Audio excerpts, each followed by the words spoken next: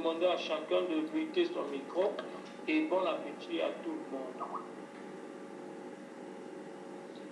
Shalom frères et sœurs dans le Seigneur. Dieu est grand, il est très grand. Nous lui rendons grâce pour son amour, son infiniment grand miséricorde, cette miséricorde qui, bien aimé, est très essentielle par rapport à nos vies. En effet, bien aimé dans le Seigneur, nous ne parlons pas de la miséricorde de Dieu pour parler. C'est d'abord parce que la miséricorde de Dieu, bien aimé, dit ces jours-là nous entrerons dans le ciel. Si nous prendrons part, bien aimé, à la vie des saints, dans la cité du grand roi, oh bien aimé, dans la Jérusalem céleste, s'il y a un cantique que nous pouvons chanter, sinon, s'il y a des cantiques au pluriel que nous pouvons chanter, le cantique le plus délicieux, le plus glorieux qu'un humain peut chanter pour Dieu, bien aimé, ce n'est pas les cantiques de la puissance de Dieu. Ce n'est pas les cantiques, bien aimés, de la justice de Dieu seulement, mais c'est d'abord le cantique de la miséricorde de Dieu. Car en effet, bien aimé dans le Seigneur, toi et moi, nous sommes sans oublier que nous sommes de ceux qui se sont rebellés contre l'autorité suprême de Dieu. Nous sommes de ceux qui se sont opposés à son autorité pour dire non. Bien aimé, je ne sais pas pour ton cas, pour mon cas bien. J'ai été parmi ceux qui ont marché dans l'esprit du prince de l'air, l'esprit de la rébellion dans les fils de la rébellion, s'opposant à Dieu, marchant au contraire de ce qu'il veut, faisant ce que ma chair me dit et résistant à ce que Dieu dit. Bien-aimés dans le Seigneur, ne sommes-nous pas de ceux-là qui avions autrefois marché, bien-aimés, dans l'esprit de la rébellion s'opposant à Dieu?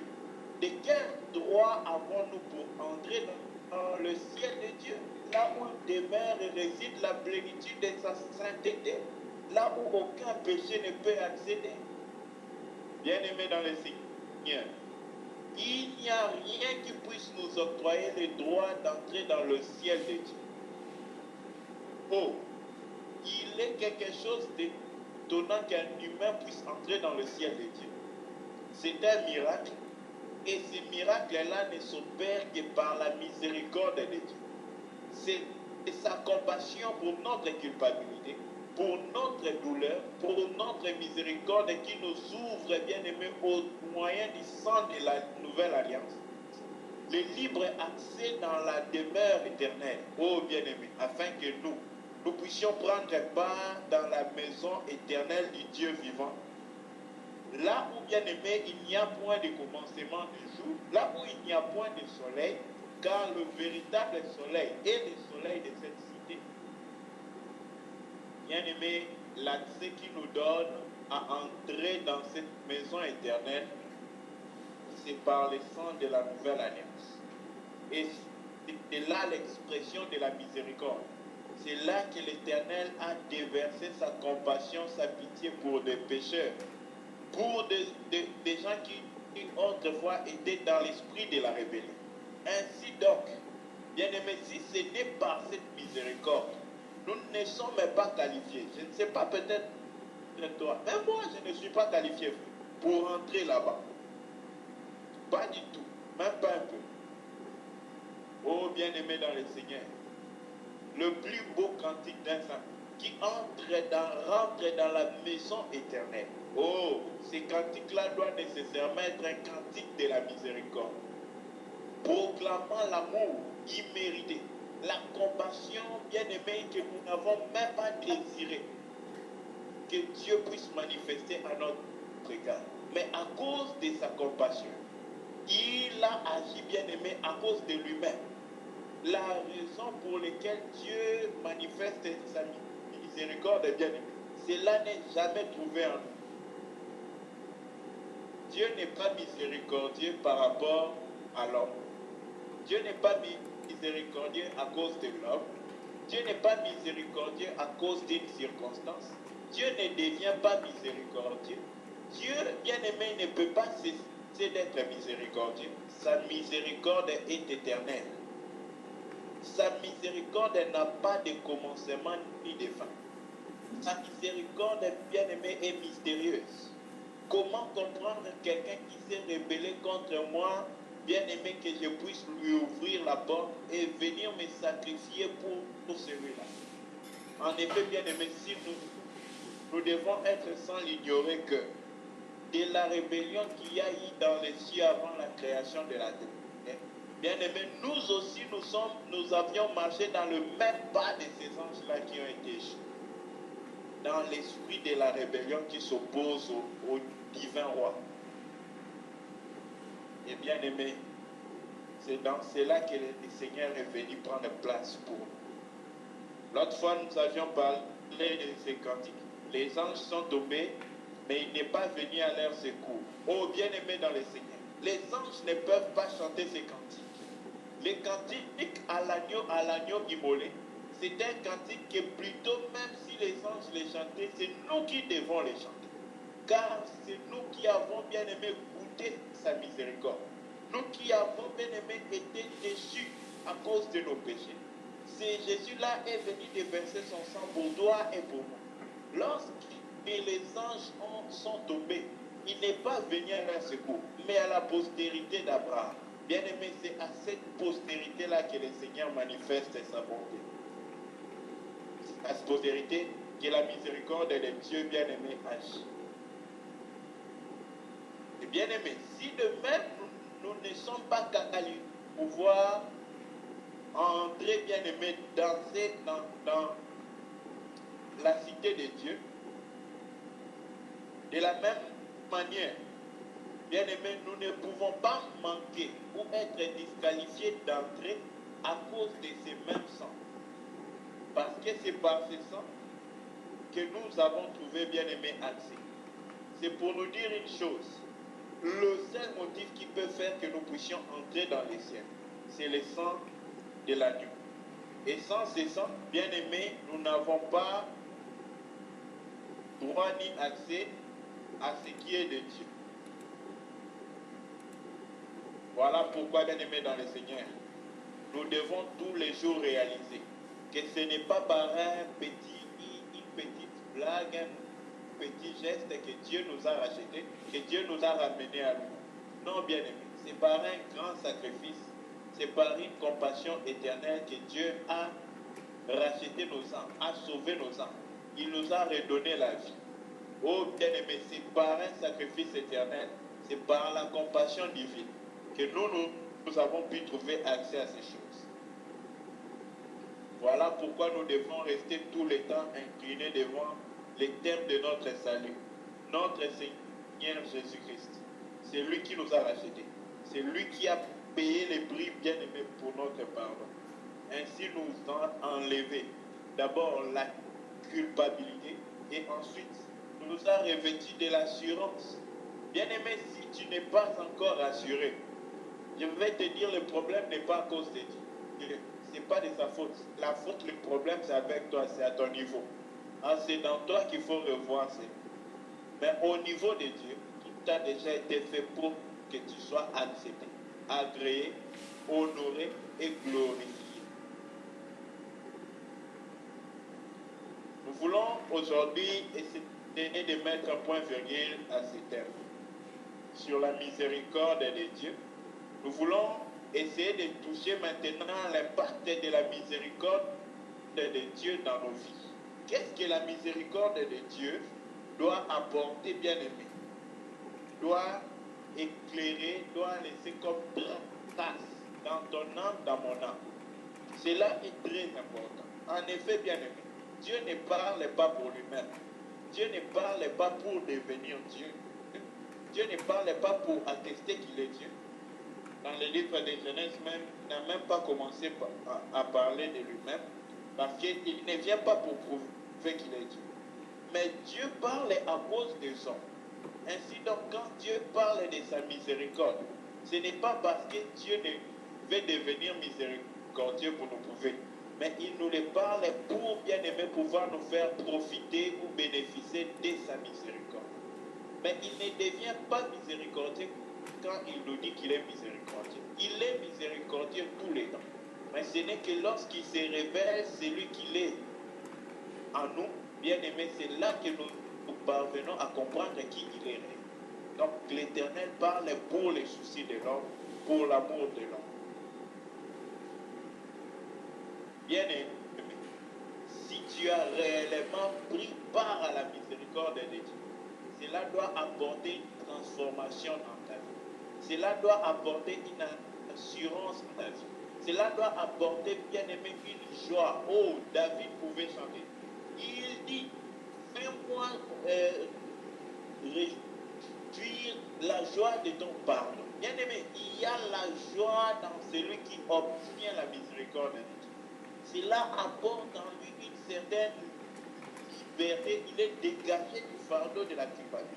Il est dégagé de la condamnation du péché qu'il y avait en lui-même. Regarde-toi maintenant. Quand tu regardes ta vie, penses-tu que tu peux être sauvé? Penses-tu que tu es, bien aimé, prêt pour l'enlèvement maintenant? Sur quelle base reposes-tu, bien aimé, tes expériences? Sur quoi t'appuies-tu? Y a-t-il quelque chose qui te rassure? As-tu un gage? Bien aimé, un sceau, une preuve que ce jour-là tu seras réellement rédempté? As-tu une assurance? Le monde va chercher son assurance auprès des sociétés d'assurance. As-tu l'assurance de la véritable société? Es-tu assuré? Ou marches-tu parce que la vie est belle? Tu te contentes de ce monde. Bien aimé, ce monde est déjà passé. Il est en train d'achever son passage. Et il va vite passer. Es-tu encore dans le rêve, dans l'illusion? Es-tu focalisé sur ce monde? Bien aimé. Regardez, lorsqu'on veut acheter même quelque chose sur Internet, on coche tous les critères et tous les essentiels afin de pouvoir assurer que quand l'argent sera déduit dans notre compte là, ce qu'on va acheter va réellement arriver. Es-tu sûr que tu veux aller au ciel? Es-tu sûr que tu as double-cliqué, bien aimé, toutes les options nécessaires pour que ta destination ne soit pas à côté du ciel, pas au bord du ciel, pas même, bien aimé, presque à l'entrée, mais ça soit réellement le ciel?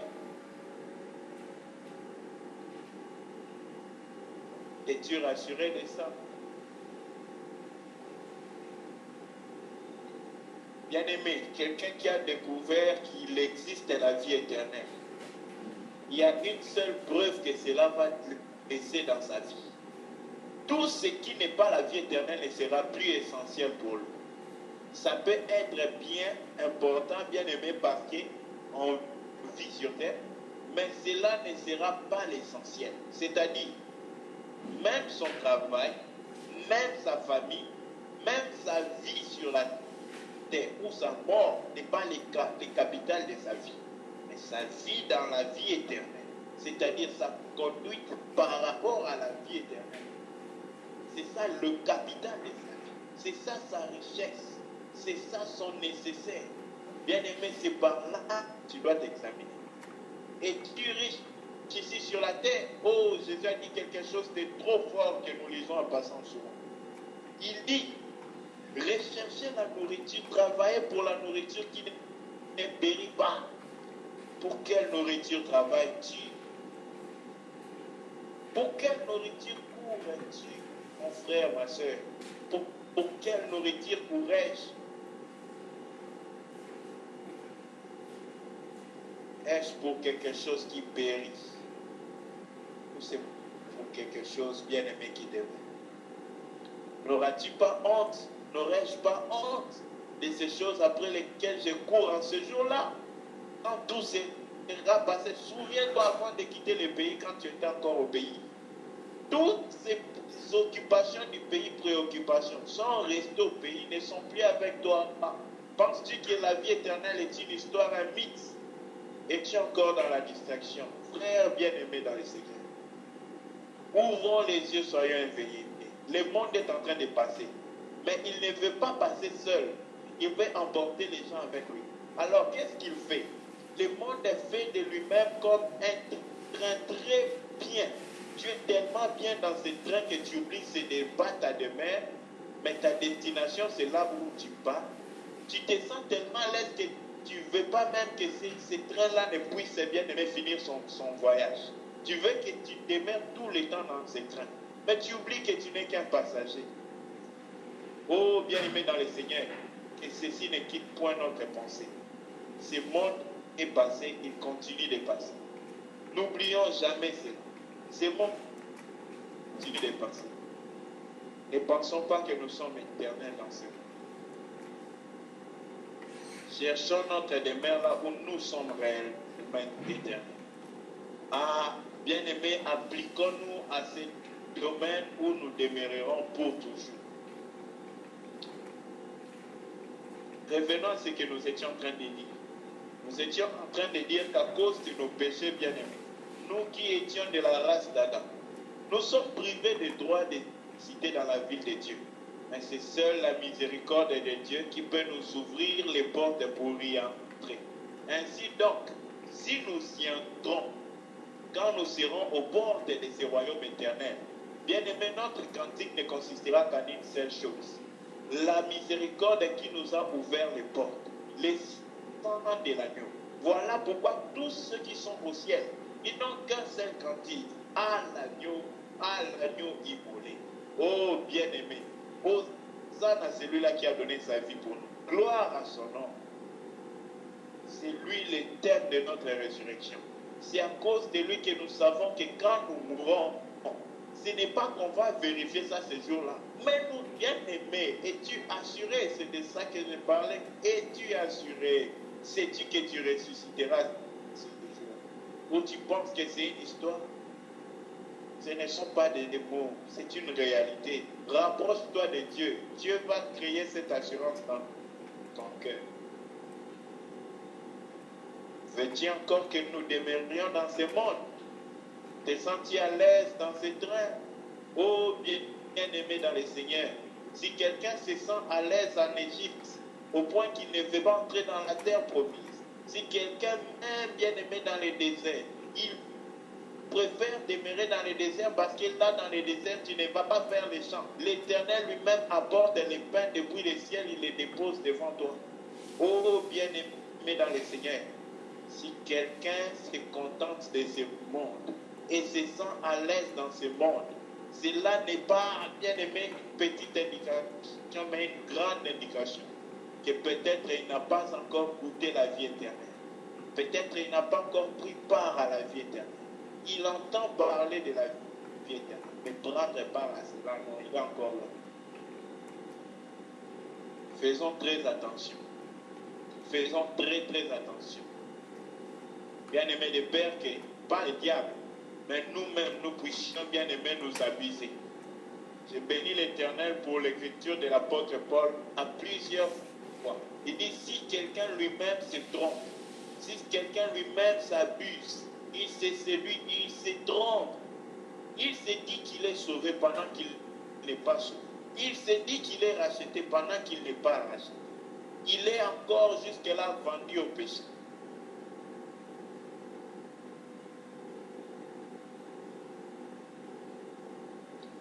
Ouvrons les Écritures.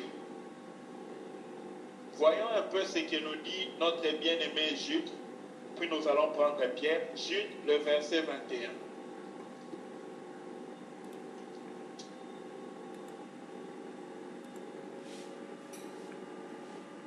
Je vais lire au nom de Jésus-Christ. Oui, allez-y, frère Théo. Lisons Jude, le verset 21.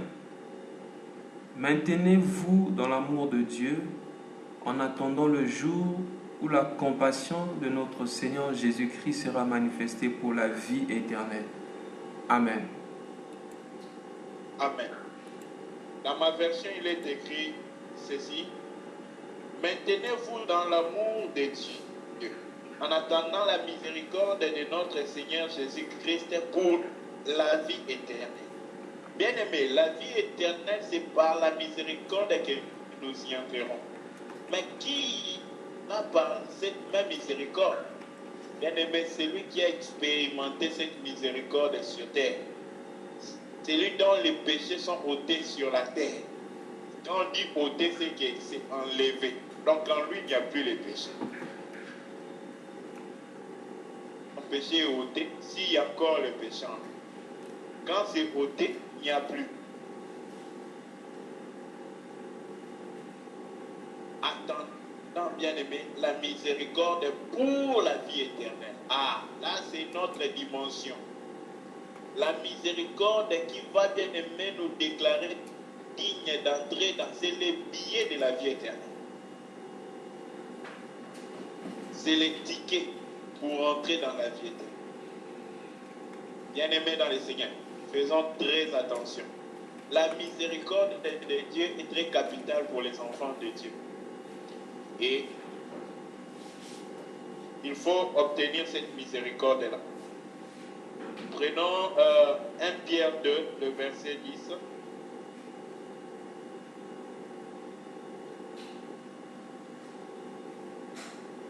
Vous qui autrefois n'étiez pas un peuple et qui maintenant êtes le peuple de Dieu. Ah.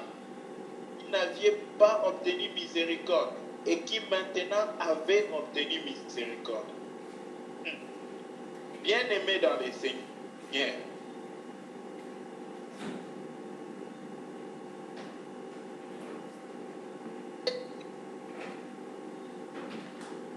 notre soyez annoncié des ténèbres à son admirable lumière. Maintenant c'est le présent. Quand? Lorsque vous avez obtenu miséricorde, oh bien-aimé. Ce n'est pas lorsque vous avez entendu miséricorde. Quelqu'un peut te promettre un pain, mais si tu n'as pas étendu ta main pour recevoir cela, tu ne l'as pas encore. Oh, bien-aimé, c'est une promesse. Cela ne veut pas dire que la promesse est fausse, mais cela veut dire que tu n'as pas encore étendu ta main, tu n'as pas encore reçu cela. Voilà pourquoi, bien-aimés dans le Seigneur, faisons très attention. Ne nous assurons pas par rapport à nous-mêmes ou par rapport à une pensée. Es-tu assuré de Dieu? As-tu l'assurance de Dieu? Si tu as l'assurance de Dieu, tu vas reposer dans la tranquillité. Si tu n'as pas l'assurance de Dieu, bien-aimé, tu seras bouleversé quand ce monde sera bouleversé. Car nous savons que le monde sera bouleversé. Et ceux du monde aussi, ceux qui pensent que le monde les aime, ce monde ici les aime, et qui se sentent à l'aise. Bien-aimé, si quelqu'un se sent à l'aise dans ce monde, c'est suffisant pour indiquer qu'il n'est pas de Dieu. Ce qui est de Dieu dans ce monde est toujours se sent comme si il était tourmenté. Parce que les choses de ce monde, c'est un tourment pour quelqu'un qui se conforme à Dieu. L'autre dans ce monde, lui qui était juste, il vivait comme un homme tourmenté. Parce que dans ce monde, dans tous les pays de ce monde, règne l'injustice, la méchanceté, la curiosité. Et quelqu'un agit, fait du mal, il blesse les autres parce qu'il est puissant. Il a une âme. Même dans les pays où vous entendez parler de la sécurité, les pays où très avancés, même aux États-Unis, bien aimé, c'est le lieu de la tuerie par excellence. Hier, j'étais avec un bien-aimé serviteur de Dieu ici. Il a un ami qui vient de là, bien aimé. Quand il te parle des choses qui se font là-bas, quelqu'un peut sortir comme ça, il prend l'arme, il tire sur un autre humain. C'est pour nous dire, bien aimé, que l'assurance, la paix, la quiétude, ce n'est pas un domaine de ce monde. La paix, la quiétude, c'est Dieu. Où as-tu, bien aimé, appuyé ton assurance? Est-ce dans l'éternité ou dans le temps? Penses-tu que ce monde, c'est un lieu propice pour toi? Te sens-tu, bien aimé, heureux de ce monde? Ne dis pas heureux dans ce monde. Dieu n'est pas contre notre bonheur. Jésus a vécu sur la terre il était heureux, l'homme le plus heureux qui puisse exister. Mais, bien aimé dans les cieux, t'es senti confortable au monde? C'est ça ma question. T'es senti, bien aimé, la plupart des frères nouvellement convertis qui ont pris au sérieux leur décision de marcher conformément à Dieu, c'est que je remarque la plupart de ceux avec qui je parle, bien aimé, leur premier jour dans la vie chrétienne, ils se retirent vraiment de beaucoup de gens, de beaucoup des activités. Pourquoi? Bien aimé, parce que le monde est rempli, bien aimé, de la chose. Oh, la colonne ne peut pas poser la plante de son pied n'importe où. Car ici sur la terre, rempli du péché. Fais attention lorsque tu te sens très confortable. Très attention, examine-toi. Examine-toi. Ne t'inquiète pas si tu te sens tourmenté par rapport à quelque chose, si tu demeures dans la justice. Oh bien aimé, c'est normal que ceux qui demeurent dans la justice soient combattus, soient attaqués et soient haïs des autres. C'est normal. Mais tu es dans la justice.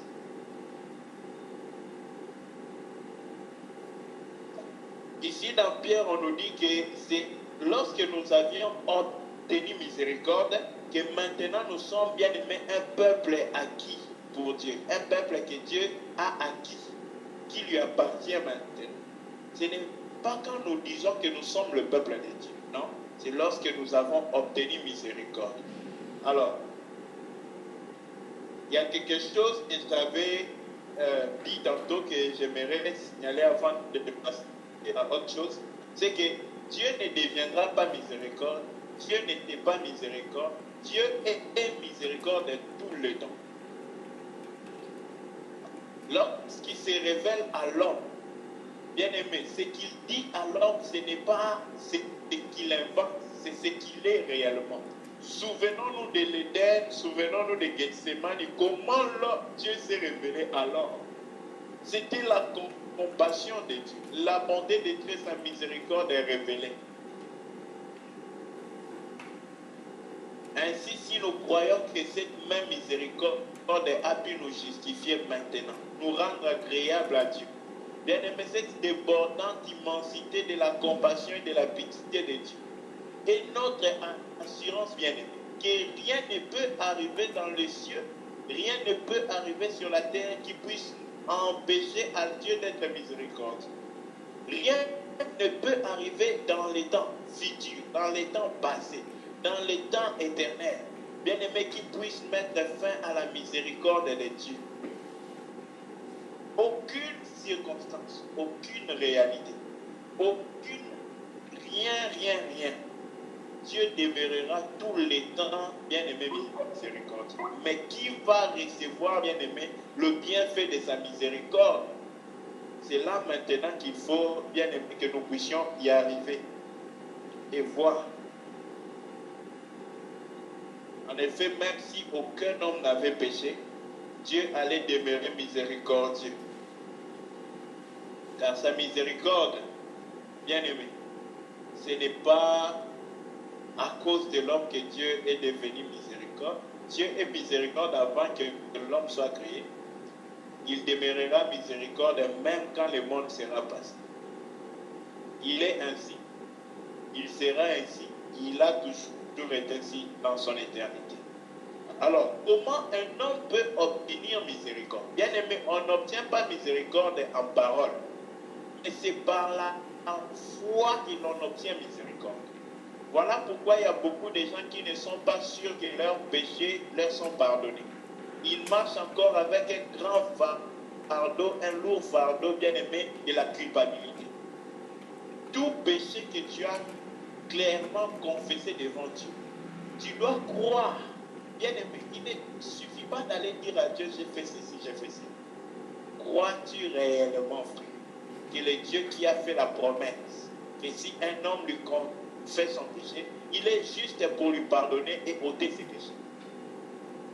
Bien aimé, si tu n'as pas la foi, tu ne peux pas obtenir miséricorde. Tu peux même aller auprès du trône de la grâce. On va y arriver. Mais tu ne peux pas obtenir la foi si tu n'as pas bien aimé la miséricorde, si tu n'as pas la foi. Tu peux aller auprès même à l'époque de Mobutu au Congo. Il était, si tu trouves l'opportunité de le rencontrer un jour, tu lui dis, Monsieur le Président, j'ai un problème.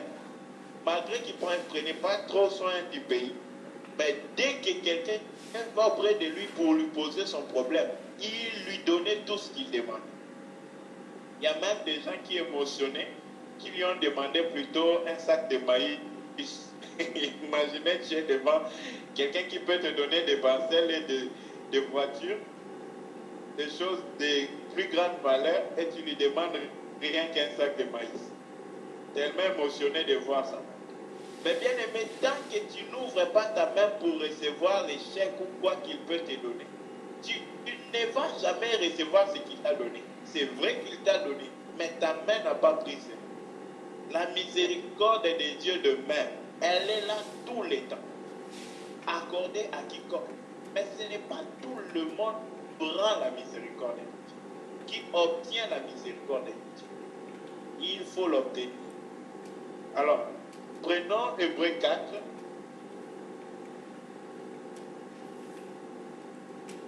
Nous voulons parler sur l'obtention de la miséricorde.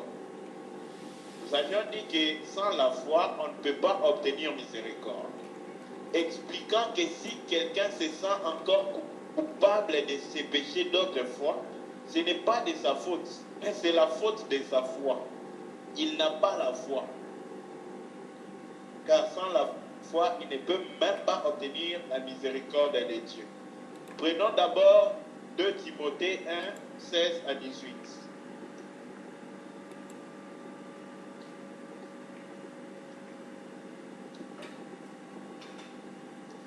Timothée 1, 16 à 18. Je vais lire. Oui, vas-y, frère. Oui, lisons la parole dans 2 chapitre 1, verset 16. La Bible dit ceci. Que le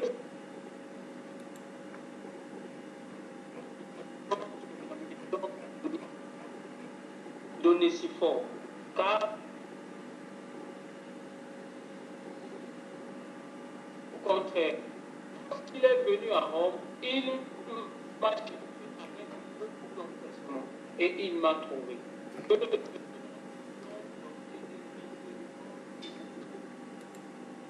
La miséricorde dont j'ai parlé avant, quand je disais que sans le sang de l'agneau, nous n'avons pas accès dans la maison éternelle.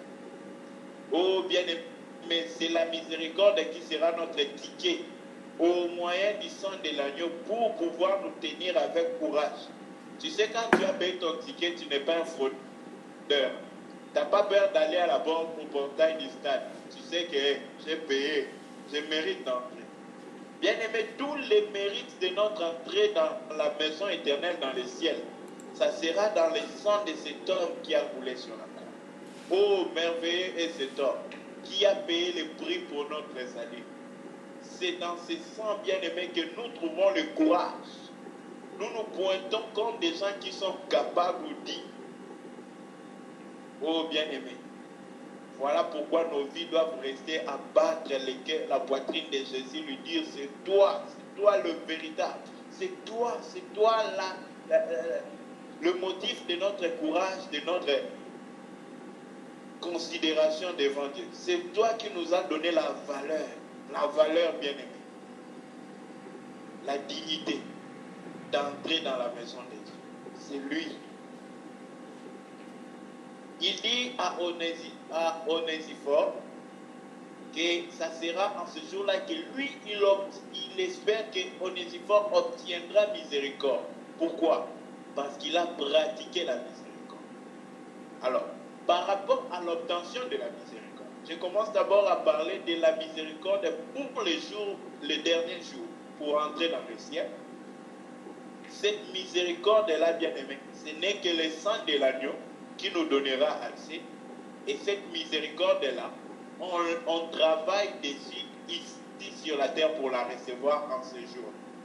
L'apôtre Paul ne dit pas que cet homme, s'il a reçu seulement par la foi, mais il a reçu par rapport, bien aimé, à ses œuvres aussi. Sa foi agissant par les œuvres, pas la foi en mots, en paroles, mais la foi au travers de ses œuvres. Il dit qu'il obtienne miséricorde. D'abord, il dit que le Seigneur répande sa miséricorde sur la maison d'Onésiphore. Il demande d'abord la miséricorde. Enfin, encore, il dit que le Seigneur lui donne d'obtenir miséricorde auprès du Seigneur. Ah, il dit le Seigneur lui donne d'obtenir miséricorde auprès du Seigneur en ce jour-là. Bien-aimés dans le Seigneur, il nous faudra en ce jour-là obtenir miséricorde. Voilà pourquoi cherchons le chemin pour obtenir miséricorde maintenant. Onésiphore, c'est par les œuvres de compassion et de miséricorde qu'il a pratiqué envers Paul. Paul était bien aimé, malade, en prison, souffrant. Il n'a pas eu honte, bien aimé, plutôt en prison, pas malade. Donc, il a eu honte, il n'a pas eu honte plutôt de la souffrance, de l'humiliation, de l'opprobre de Paul comme un prisonnier. Il est parti les visiter. Paul dit, comme il a eu miséricorde, il a pratiqué la miséricorde pour moi. Que Dieu lui donne d'obtenir miséricorde. Hébreux 4, le verset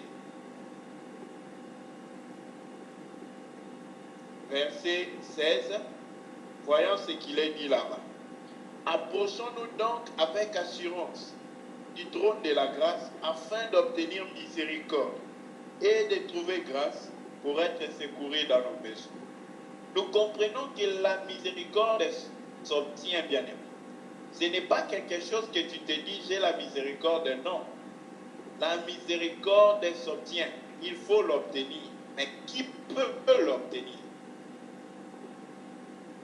C'est celui qui va auprès du trône de la grâce, d'où coule la miséricorde et la grâce. Et une fois la miséricorde va atteindre ta vie, cette miséricorde fera de toi quelqu'un de miséricordieux. Les problèmes, quand tu vois un homme qui, bien aimé, a du mal à être miséricordieux envers les autres, souviens-toi d'une seule chose. Cet homme-là n'a pas encore, ou il n'est pas conscient que Dieu a été miséricordieux avec lui.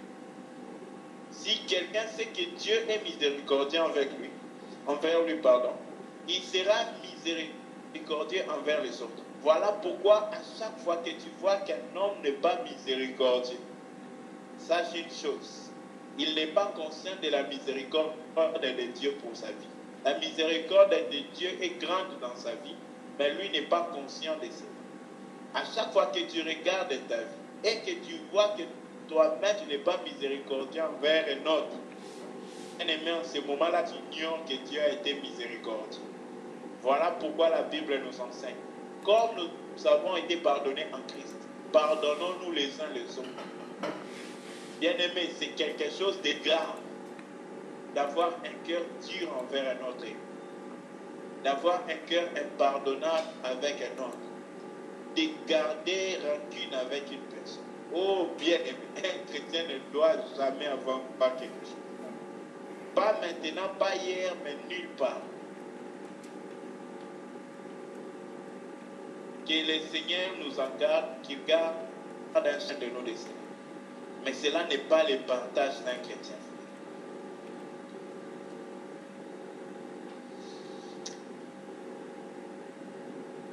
Poursuivons. Oui, nous avons parlé par rapport à l'obtention de la miséricorde, c'est auprès du trône de la grâce. C'est quand nous allons confesser nos péchés, quand nous allons bien aimer pour déclarer nos problèmes, car la miséricorde, ce n'est pas seulement pour les péchés, c'est même pour que l'Éternel change la situation de nos souffrances. On a vu la plupart des gens qui allaient auprès du Seigneur. Ils disaient, aie pitié de moi, aie compassion de mon fils.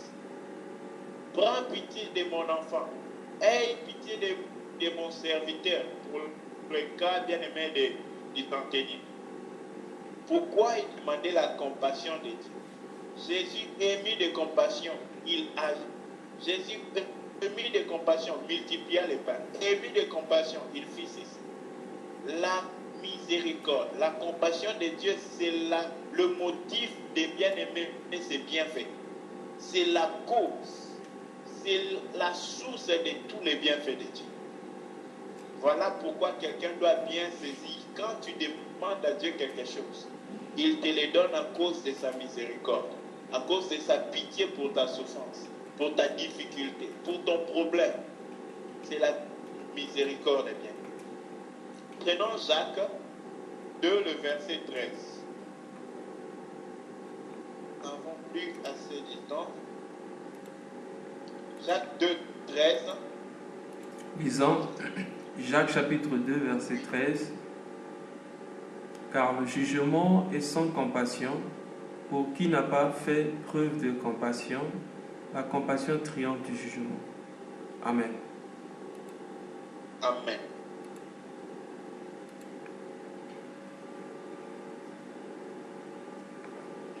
Dans une autre version, ok. Dans une autre version, il dit, oui, allez-y. Car le jugement est sans miséricorde pour qui n'a pas fait miséricorde. La miséricorde triomphe du jugement. Amen. Amen. Ah, la miséricorde ne triomphe pas de la justice, mais du jugement. Pour qui n'a pas fait miséricorde, il n'obtiendra pas miséricorde.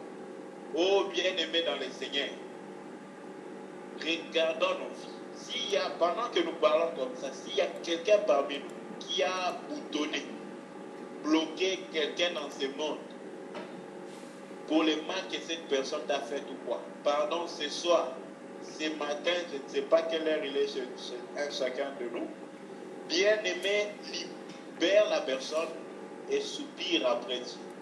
Ne te fais pas ce mal de continuer à garder rancune avec quelqu'un, d'avoir un cœur sans pardon pour un homme. Oh bien-aimé, libère-les ce soir même, ce jour même, maintenant même que tu entends ces choses. Débloque-les de ton cœur, libère-les, ouvre ton cœur, ça même après lui. Cherche-les, supplie, implore la réconciliation, cours après ces choses. Ne cours pas après l'argent. L'argent n'est rien. Des gens l'ont eu plus que toi et moi. Et ils l'ont laissé. Oh bien-aimé dans le Seigneur, l'heure de la victoire et de la vérité a sonné. Heureux l'homme qui cherche le Seigneur pendant ce temps. Heureux l'homme qui court après l'Éternel. Prenons Luc chapitre 10, le verset Luc 10, le verset 37. Nous arrivons bientôt à la fin de notre partage de ce soir. Luc 10, verset 37. Lisons Luc chapitre 10, verset 37. C'est celui qui a exercé la miséricorde envers lui, répondit le docteur de la loi. Et Jésus lui dit, va et fais de même. Amen. Amen. Bien-aimés dans le Seigneur, sinon on pouvait lire plusieurs versets. Mais ce qu'on veut dire en bref, c'est quoi? L'Éternel Dieu est miséricordieux. L'Éternel prend plaisir dans la miséricorde. L'Éternel prend plaisir dans les hommes miséricordieux. Oh bien-aimé, si tu es un pratiquant de la miséricorde, je t'en assure, tu n'as pas à attendre ce jour-là. Le Dieu qui a fait cette promesse est fidèle. Tu as l'assurance maintenant que Dieu te fera miséricorde. Parce qu'il est fidèle à ta promesse. Pas parce que tu as fait cela, mais parce que Dieu qui a fait cette promesse est fidèle. Ce qu'il a dit, il le fera. Oh bien-aimé dans le Seigneur, sois miséricordieux. Libère les hommes de ton cœur. Ouvre ton cœur. Ce soir même, pas demain. Peu importe c'est qui la personne. Peu importe lui se prend pour qui se prenne pour qui, c'est pas ton affaire. affaire, c'est avec Dieu. Cours après Dieu. Bien-aimé dans le Seigneur, c'était celui qui a pris compassion de celui-là. Maintenant, examine-toi sur deux choses. Hier, nous avions dit que plus l'homme est loin de Dieu, son cœur est dur. Plus il est proche de Dieu, son cœur est mou.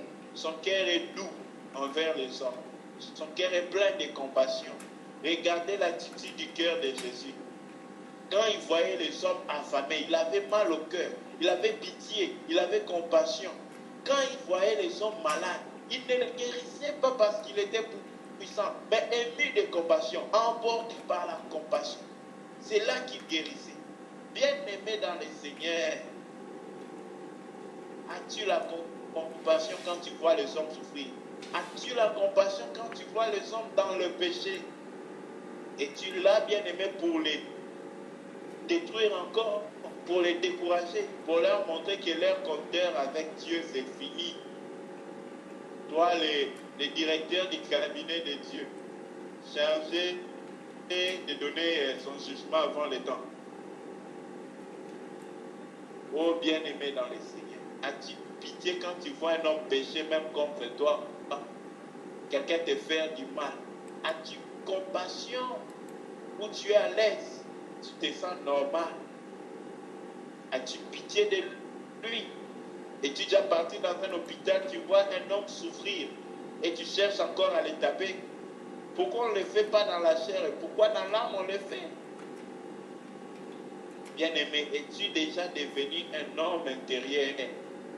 Un homme qui vit dans l'esprit, pas seulement dans la chair.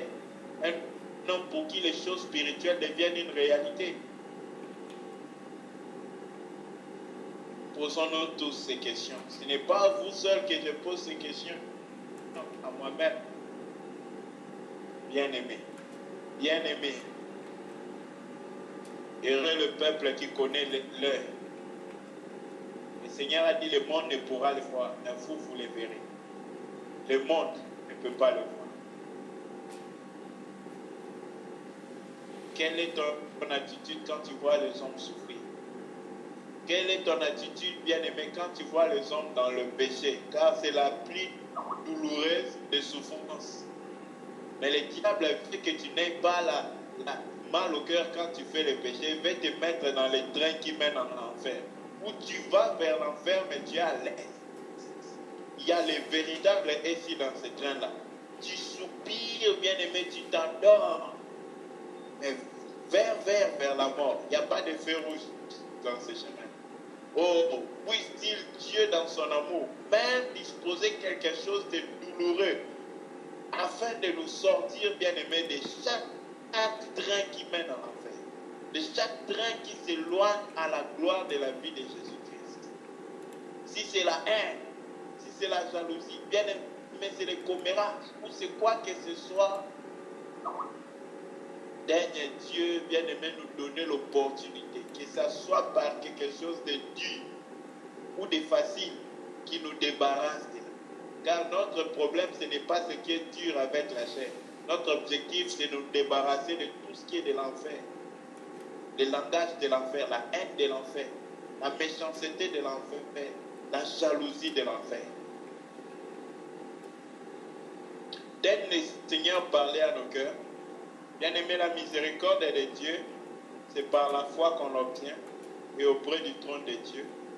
Celui qui pratique miséricorde a l'assurance qu'il obtiendra miséricorde. Que le Seigneur nous fasse grâce, qu'il nous bénisse. Qu'il parle de nos cœurs plus que moi. Gloire au Seigneur, merci. Amen, amen, amen, amen. Que le Seigneur soit encore glorifié ce soir. Merci notre frère Paul pour ce message. Puisse Dieu te soutenir, t'aider, t'inspirer encore davantage. Bien-aimés, sans plus tarder, nous allons prier. Prier, d'abord remercier le Seigneur avec notre sœur Annette. Elle va remercier le Seigneur pour ce message qu'il avait réservé pour nous. Élevons encore la voix avec notre sœur Annette.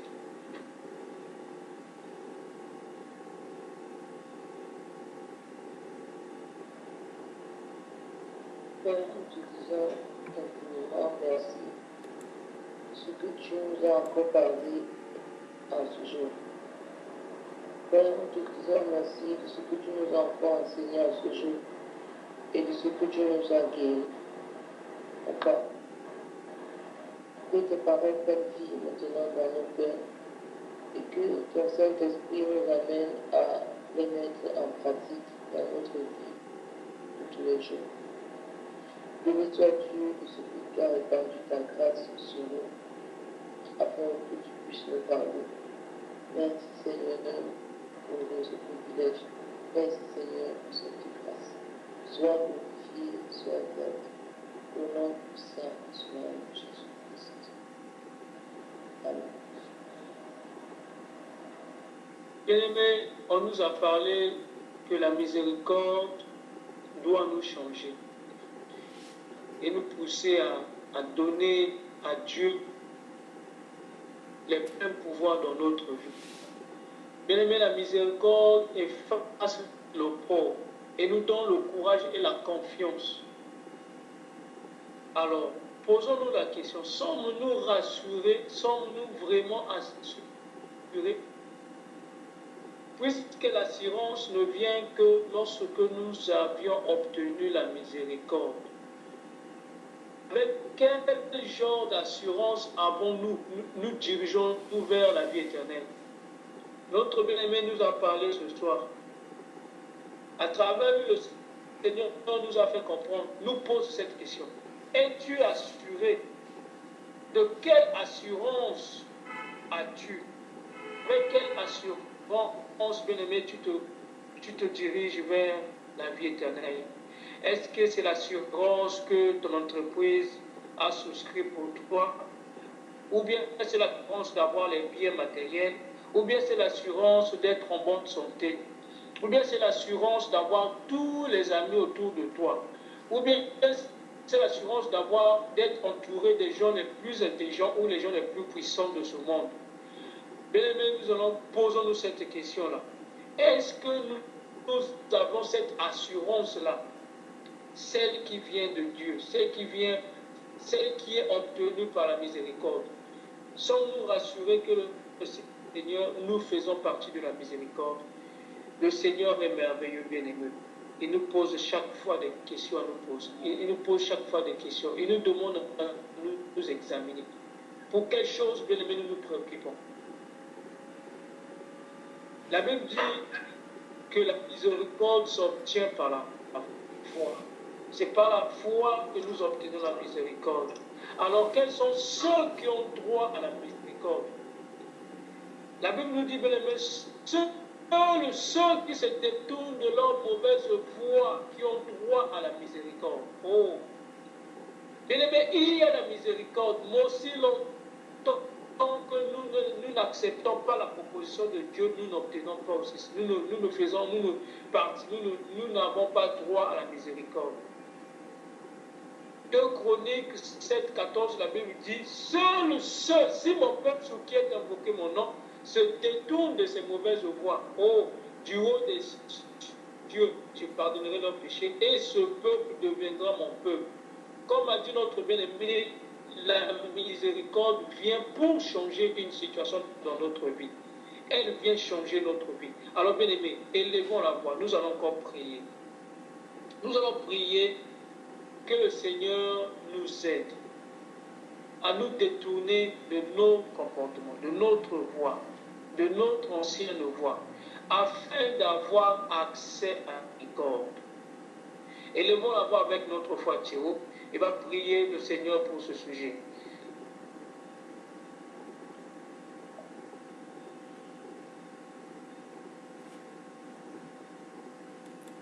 Éternel, Père, nous venons à toi ce soir. C'est toi qui crées la miséricorde dans l'homme parce que c'est toi-même qui es le créateur de la miséricorde. Nous savons que ce n'est pas quelque chose que l'homme peut fabriquer par lui-même, mais c'est quelque chose, Père, qui descend de toi. Oh Père, Nous venons à toi parce que c'est toi qui es capable de mettre ça dans notre vie. Nous voulons, Père, que la miséricorde que toi tu as manifestée, Père, à notre égard, que nous soyons capables, Seigneur, de manifester cela dans la vie de nos frères, dans la vie de quiconque, toute personne que nous allons croiser, créée à ton image. Éternel des armées. Seigneur, tu as dit, on nous mesurera de la mesure que nous mesurons des autres. Et tu nous as dit ce soir que c'est par la foi que nous recevons ces choses, Père. C'est par la foi que nous recevons la miséricorde. C'est pourquoi la Bible dit, approchez-vous du trône de la grâce avec assurance. Ô Père, donne-nous la foi, Seigneur, la foi de nous approcher de toi et d'accepter ta miséricorde. Non seulement d'accepter, mais de croire d'abord en ta miséricorde. De croire que tu as compassion, tu es le Dieu lent à la colère et riche en bonté. De croire, Seigneur, en tes grandes compassions, Seigneur, qui sont éternelles. Éternel des armées. Merci, Papa, de nous donner cela. C'est en toi que nous mettons notre confiance. C'est pourquoi nous te disons déjà merci pour ce que tu vas encore donner de plus. Au nom de Jésus. Amen.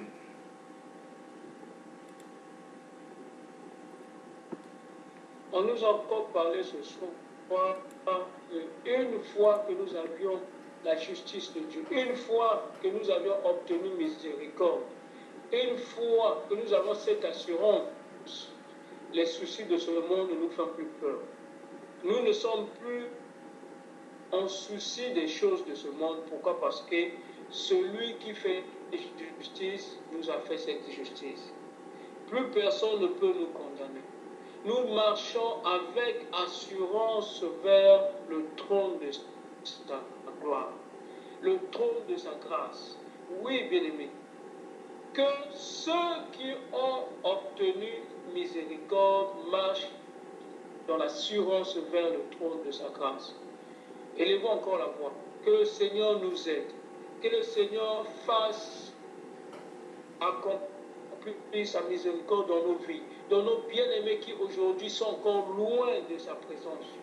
Que le Seigneur détourne leur cœur, qui se rapprochent de Dieu, afin que la miséricorde de Dieu soit aussi leur partage. Élevons encore la voix avec notre frère Vincent, qui prie encore que le Seigneur puisse attirer les gens vers lui, afin qu'ils obtiennent aussi miséricorde. Élevons encore la voix au nom puissant de Jésus. Oui, béni sois-tu, Seigneur Jésus-Christ. Béni sois-tu, toi qui es au-dessus de toutes choses. Béni sois-tu, toi qui détiens la miséricorde, Seigneur Jésus-Christ. Oui. Seigneur Jésus-Christ, nous te demandons que ta miséricorde règne en nous. Oui. La miséricorde ne peut être en nous que si ce n'est toi qui nous le donnes, Seigneur Jésus-Christ. Nous te demandons que ta miséricorde règne en nous et nous fasse nous détourner des mauvaises choses et que cette miséricorde nous fasse connaître l'autre comme nous-mêmes et que nous puissions vraiment avoir cette miséricorde envers nos prochains comme tu l'as envers nous, Seigneur Jésus-Christ. Nous te demandons pour toutes ces personnes, pour tout le monde entier, pour tous ceux qui ont manque d'amour envers le prochain, Seigneur Jésus-Christ. Accorde-leur la miséricorde afin qu'ils puissent vivre cet amour du prochain, afin qu'ils puissent également voir en le prochain ce qu'ils ont en eux aussi, et qu'ils puissent éviter toute discrimination, qu'ils puissent éviter toute différence entre eux et les autres, et qu'ils puissent connaître que les autres, c'est eux aussi. Oui, Seigneur Jésus-Christ, accorde-nous ta miséricorde que nous ne pouvons pas obtenir sans la foi, Seigneur Jésus-Christ. Oui, fais-nous connaître, fais grandir en nous ta foi, Seigneur Jésus-Christ. Oui, fais que la foi que nous avons nous puisse grandir, que cette foi grandisse jusqu'au point que nous puissions vraiment bénéficier de ta miséricorde, Seigneur Jésus-Christ. Oui, nous savons que nous ne sommes pas dignes tout simplement de cela, mais c'est par la foi que nous pouvons réellement bénéficier de cela, Seigneur Jésus-Christ. Nous mettons internet, tous nos frères et nos sœurs qui ont encore besoin, qui ont encore manque de cette foi, Seigneur Jésus-Christ, fasse-les te connaître, que tu puisses vraiment être au centre de notre vie, que tu puisses être au centre de l'humanité.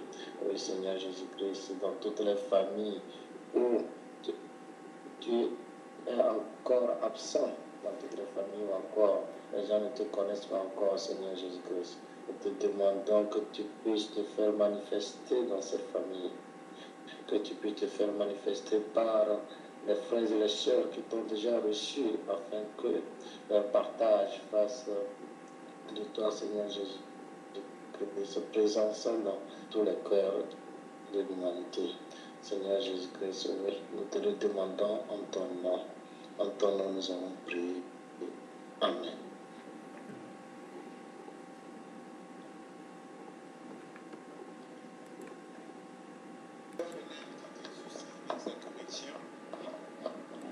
Nous allons continuer dans la prière. Nous allons implorer le Seigneur afin qu'il nous donne un cœur compatissant. Que le cœur que Jésus avait soit réel en nous. Bien-aimés, nous n'expérimentons pas la compassion de Dieu, sa miséricorde en vain. C'est pour que nous puissions refléter cette même miséricorde envers les autres. Tu vas prier et de demander au Seigneur. Nous avons besoin, Seigneur, de ton aide. Seigneur, transforme-nous, que nous devenons aussi miséricordieux tel que tu nous as dit dans ta parole. Car, Seigneur, tous ceux qui ont obtenu miséricorde deviennent miséricordieux. Seigneur, aide-nous, Seigneur, à pardonner. Seigneur, tu nous as dit encore que aussi longtemps que nous serons proches de toi, nous aurons un cœur doux et compassion. Oh Seigneur, ramène tout un chacun, ceux qui se sont éloignés de toi, ramène-les qui se rapprochent de toi, Seigneur. À travers le monde, Seigneur, tu as un peuple, tu as tes enfants, qu'ils sachent, oh Seigneur, que la miséricorde qu'ils ont obtenue les a transformés à devenir miséricordieux. Seigneur, tu nous as dit dans la Bible que le jugement est sans miséricorde pour ceux qui n'ont pas fait miséricorde. Mais la miséricorde triomphe du jugement. Oui, Seigneur. Nous devons comprendre qu'aussi longtemps que nous ne pardonnons pas aux autres, notre faute ne sera pas imputée. Seigneur, aide-nous. Notre faute ne sera pas pardonnée. Seigneur, aide-nous, Seigneur, à comprendre qu'il est important pour nous de pardonner les uns les autres. Mets en nous ce cœur d'amour, Seigneur, ce cœur qui est prêt à pardonner, sans limite, sans condition. Aide-nous, Seigneur. C'est pour cette raison que tu nous rassembles ici pour nous parler, pour nous changer chacun de nous. Aide-nous, Seigneur, à devenir ceux que toi tu veux que nous soyons, et que ton nom soit encore glorifié à travers nos vies, à travers notre marche, au nom puissant de Jésus. Merci, Seigneur, pour ce coup. Merci pour tout ce que tu as accompli. Donne accomplir ta parole dans nos vies, dans nos cœurs, au nom puissant de Jésus. Que nous reflétons au nom puissant de Jésus. Merci, Seigneur. Seigneur, je te recommande nos frères et sœurs qui sont absents. Seigneur, tu as un moyen pour lesquels, Seigneur, de les parler, de les enseigner aussi ce message que tu nous as enseigné aujourd'hui. Laisse que seul toi, tu te souviennes d'eux et qu'ils soient aussi, Seigneur, au même niveau que nous, qu'ils reçoivent aussi un message de ta part afin qu'ils comprennent ce que toi tu attends de nous, au nom puissant de Jésus. Merci, Seigneur. Ils ont été absents avec nous, mais Seigneur, tu n'es pas absent dans leur vie. Laisse que ta main qui n'est pas courte pour toucher, tu puisses les toucher dans leur lieu, dans leur demeure, dans leur situation, dans leurs préoccupations, afin qu'ils comprennent, Seigneur, que la miséricorde transforme et change. Merci, Seigneur, de nous parler et merci de nous aider à mettre en pratique ta parole au nom puissant de Jésus. Nous avons ainsi prié. Bien, s'il y a quelqu'un qui a un sujet de prière concernant la parole, il peut nous le donner. En unisson, nous allons prier. S'il y a quelqu'un qui a un sujet, aux ajouts et édifications, nous donnons la possibilité à tout un chacun de nous édifier et que le Seigneur soit encore glorifié. recommander le reste de la journée et le repos de tout un chacun entre ses mains. Et la prochaine réunion. Ok. Et nous allons prier donc avec le frère Yves, s'il est là avec nous. On va prier pour la fin.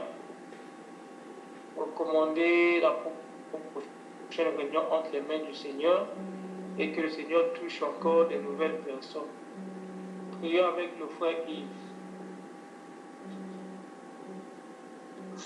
Tendre Père, je te rends grâce, je te bénis. Merci Père d'avoir commencé avec nous. Tu as acheminé